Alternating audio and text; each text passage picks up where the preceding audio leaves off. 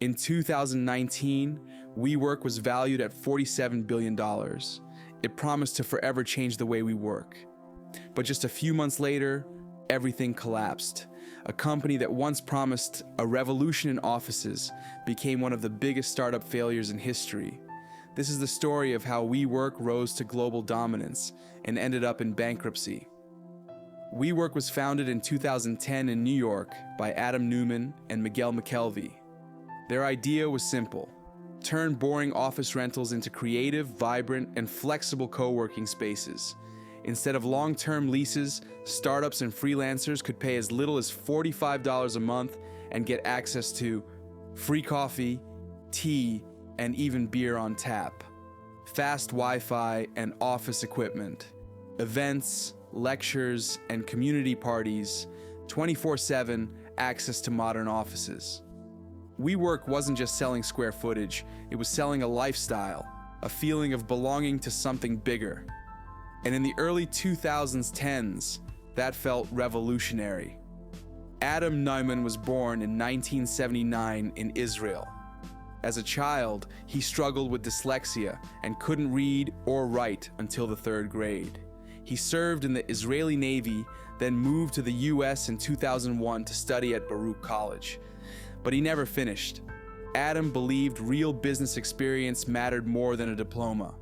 He launched small startups like children's clothing brands, Crawlers, and Egg Baby, chasing quick success and real-world impact. Interestingly, after WeWork became famous, Neumann went back to Baruch and finally got his degree in 2017, mostly for the image. Investors loved the idea. By 2014, WeWork was expanding rapidly across the US, and soon, the world. From just a few dozen co-working spaces, by 2019, the company had over 500 offices in 111 cities and 29 countries. And by 2021, despite the pandemic, it grew to more than 700 locations worldwide. That kind of growth looked amazing, but it came with enormous financial risks. The real acceleration came when Masayoshi Son, the billionaire founder of SoftBank, stepped in. In 2017, he invested around $4.4 billion into WeWork. Over the years, SoftBank poured $10 to $12 billion into the company, at one point planning to invest $20 billion to turn WeWork into a global giant. Adam Neumann became the charismatic face of the brand. He told investors that WeWork wasn't just a business. It was a movement that would redefine the way people work. During the COVID-19 pandemic, WeWork became especially attractive. Think about it. Stuck at home with kids, distractions, and no office? WeWork offered flexible rentals, cheaper options for companies compared to maintaining huge offices, community and networking after months of isolation. But COVID also exposed the flaws. While flexible work brought in new customers, WeWork still had to pay massive rents on buildings that often sat empty during lockdowns. At its peak, WeWork was valued at $47 billion, making it one of the most valuable startups in the world. Inside, WeWork looked less like a business and more like a cult of Adam Neumann. He spent company money like it would never run out. Private jets for even short flights, lavish parties with alcohol, music, and celebrity guests, multi-million-dollar mansions in New York, California, and the Hamptons. He blurred the line between personal and corporate interests. For example, WeWork sometimes rented buildings that Neumann himself owned, meaning the company literally paid rent to its own CEO. Employees described wild parties, luxury spending, and a culture where work and personal life completely overlapped. Neumann often spoke about raising the world's consciousness, while WeWork was burning through billions with no path to profitability.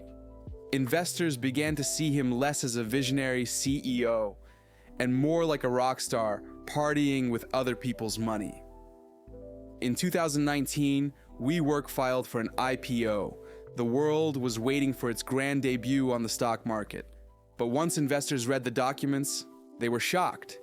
Massive financial losses, conflicts of interest, erratic leadership.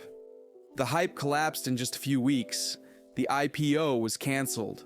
Why did WeWork want to go public? To raise billions in fresh capital, to gain the status of a tech giant like Google or Facebook, to give investors like SoftBank a chance to cash out.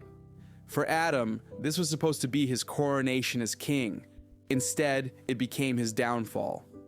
After the IPO disaster, WeWork's valuation dropped from $47 billion to under $10 billion. SoftBank had to write off tens of billions in losses, and Adam Neumann was forced to resign as CEO. The company, once Silicon Valley's golden child, was now fighting for survival. After the failed IPO, SoftBank stepped in as WeWork's main rescuer. It invested another $10 billion, taking a 30% stake in the K2. The failed IPO, SoftBank stepped in as WeWork's main rescuer. It invested another $10 billion, taking a 30% stake in the company and effectively becoming its owner. But the problems didn't go away. WeWork kept losing billions. Why? Negative margins. Revenue couldn't cover costs unless offices were nearly 100% full. Aggressive expansion. New spaces opened in cities without enough demand. High operating costs. Free perks, marketing, and parties. Dependency on investors. The company lived on funding, not profit. Crisis vulnerability. Small drops in demand created massive losses because rent still had to be paid. At the end of the day, WeWork tried to act like a tech company, but in reality, it was just an expensive real estate business.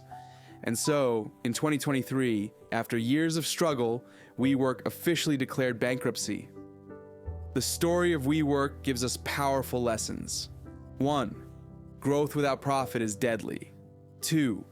A charismatic leader can inspire, but also destroy. 3. Investors must look past hype and focus on fundamentals. Even Masayoshi Son later admitted, his investment in WeWork was one of his biggest mistakes. WeWork promised to change the world. Instead, it became a warning for every startup chasing growth at any cost.